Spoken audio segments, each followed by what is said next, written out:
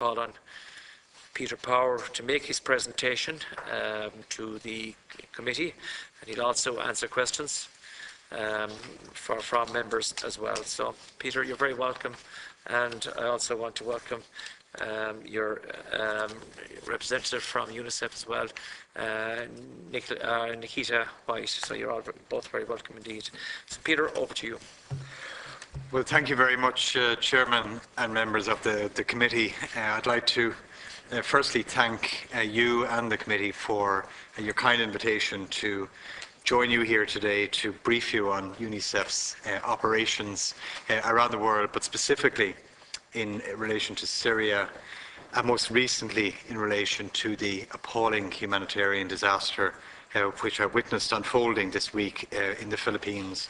So, Chairman, with your permission and with the permission of the members of the committee, I would like to begin and propose to begin with the Philippines typhoon disaster, because it is so timely and so urgent, if that's in order.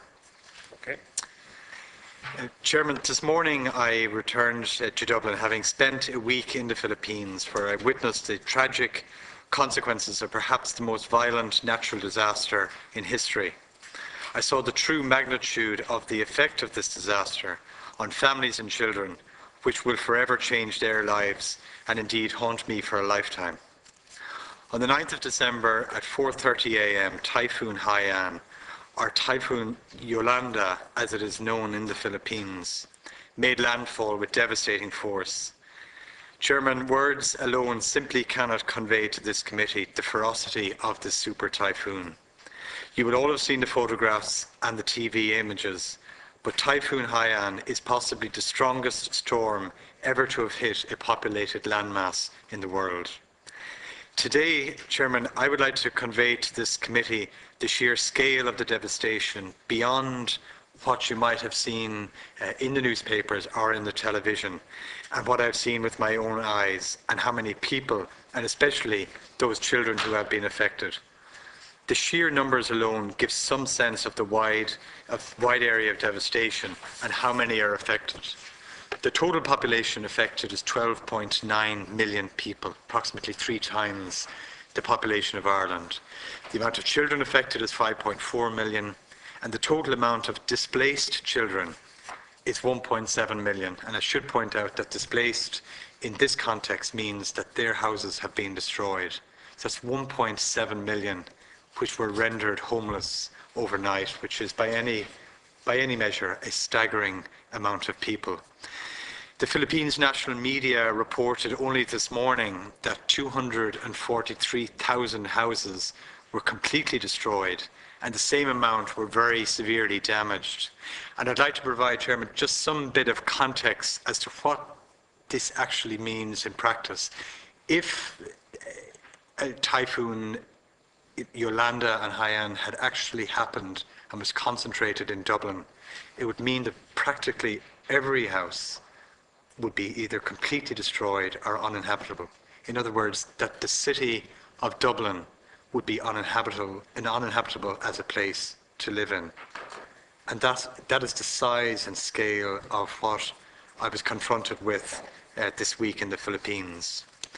So following the enormity of the typhoon, UNICEF immediately initiated its highest level of emergency response, mobilizing our global resources and personnel to the region. Before the typhoon hit, UNICEF had 70 personnel on the ground, and this was immediately increased to over 100 to establish a relief headquarters in the decimated city of Toclaban. I was briefed by our senior team in Toclaban on arrival, and the massive scale of the relief effort needed became very clear to me. From the air, hundreds of miles of devastation was clear. It is estimated that almost 90% of all dwelling houses in the city of Toclaban alone now lie in ruins. And having visited the city, I can agree with this assessment. The destruction is everywhere to be seen. Whole swathes of the city have rubble piled up upon rubble 2 and 3 meters high. And but for the grace of God and advanced warnings, unlike the tsunami in Haiti, I am convinced that the death toll would now be in the hundreds of thousands. However, the relatively low death toll masks the true scale of the devastation of this typhoon. Many of those who died remain underneath the rubble as I speak. The stench of death fills the air to the extent that you were required to wear a mask for much of the time that we were going around the city. Speaking to the survivors, many of whom were still clearly traumatized by the sheer ferocity of this experience, told me that for the first few days there was practically no water or no food. Without question, children suffered greatly in these early days of this tragedy. I should say that Toclaban is just one city in one region, and 9 regions of this country were completely devastated by this storm. An estimated 5.4 million children have been affected by the typhoon across 9 regions, and an estimated 4.6 children require psychological and social support and protection against gender-based violence, trafficking and exploitation in the context of the scenario that they now live in. By the 19th of November, just a number of days ago, the number of children displaced, as I mentioned earlier, to 1.7 million. UNICEF is supporting the government-led response in coordination with other UN agencies, and we are leading the WASH program, that is the water and sanitation and hygiene, which is very important in the immediate aftermath of a disaster of this magnitude. We're also leading child protection, education and nutrition clusters. UNICEF has already identified strategic priorities and is working to prevent the deterioration in the pre-existing levels of mortality, morbidity and malnutrition, and to provide shelter and support to displaced populations. Children are growing increasingly vulnerable to waterborne diseases, separation from family and protection violations such as trafficking, child labour and gender-based violence. UNICEF WASH supplies were the first to arrive in Toclaban, and at least 200,000 people, including women and children, now have access to safe drinking water as the first water treatment plant returned to full operating capacity.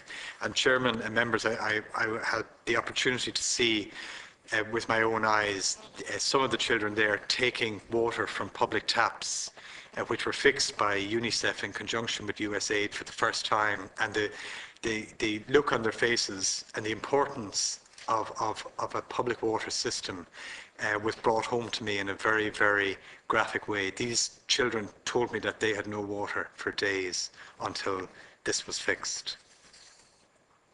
There have been initial reports of children being separated from their families in the Oireachtas region, and reunification activities are ongoing.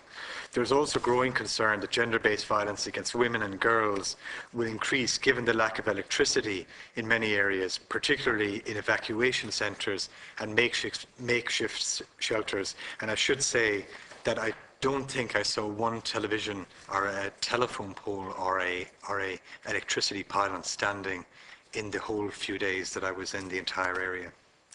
Children are also exposed to the dangers of physical injuries due to falling debris. With the massive destruction of school infrastructure and daycare centres, millions of children are out of school, and thousands of teachers have been reported as missing, probably having fled the area, as many did in the days just immediately after this disaster. Field assessments indicated that of the 1,400 evacuation centres, 893 of them are actually schools. That means these schools are now occupied as places of evacuation and shelter for people because their houses are destroyed.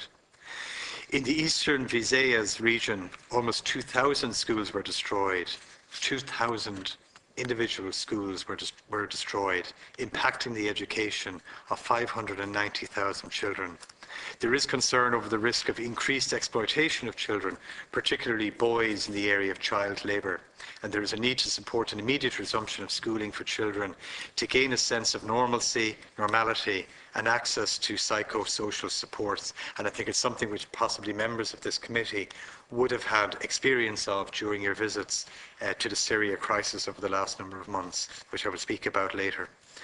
UNICEF is working closely with the World Health Organization and the Department of Health to plan mass immunization campaigns for measles and oral polio vaccines in an effort to reach all the affected children with life-saving interventions.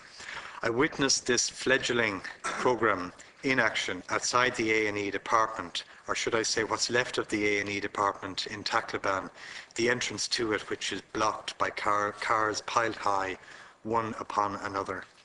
UNICEF aims to commence this campaign over the next 3 weeks in Toclaban City, with an estimated 1.5 million children at risk of acute malnutrition and close to 800,000 pregnant and lactating women in need of nutritional supports and supplies for community-based management of acute malnutrition are also being procured. And with your permission, Chairman, if I can just show you the headline really of yesterday's national newspaper in the Philippines, the Philippine Daily Inquirer, which was really the paper of record reporting this disaster. And it says in its headline that still millions of people are still going hungry in this country 10 days after the disaster. And it's topped by a very dramatic photograph we can circulate to the committee of a city, Haiyan, which is north of Toclaban, where I was, which is a scene of complete destruction. And you will see 2 unfortunate young girls running away, covering their noses from the clear stench of death, which was all pervading during the days that I was there. I can share this with the committee if you'd like to. Chairman, UNICEF has increased its funding requirements for Typhoon Haiyan to 45 million euro until May 2014. That's a mere 6 months humanitarian work. UNICEF has received 49% funding requirements to respond to this typhoon. And today I can tell the committee that UNICEF will be calling on the Irish government to assist us in our relief efforts in the Philippines.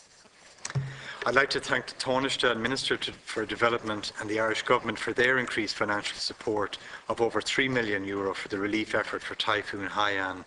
But I would say to members of the committee that the overall UN appeal remains grossly underfunded, and it will be, because of the scale and magnitude of this crisis, it will inevitably be the UN major organisations who will have to handle the fallout over the coming months and years. Chairman, I have provided, I know, a lot of facts and figures, but I hope that these cold facts do provide this committee with an accurate assessment of what the situation is on the ground. But of course, we can never forget that behind every one of these numbers, there is a child, there is a mother, there's a father, there's a family who is devastated. One child lives particularly in my memory. He was right in front of one of those ships which was thrown inland by the ferocity of the storm, and he was literally going through rubble which contained human bodies scavenging for food in front of my eyes, and it was an image that will not leave me for a long, long time. So, Chairman, this is a very, very real tragedy unfolding, in my view, the true extent of which has not yet been told to the world at large. I think it will require a globally coordinated response, and I do believe that Ireland should and can lead the way.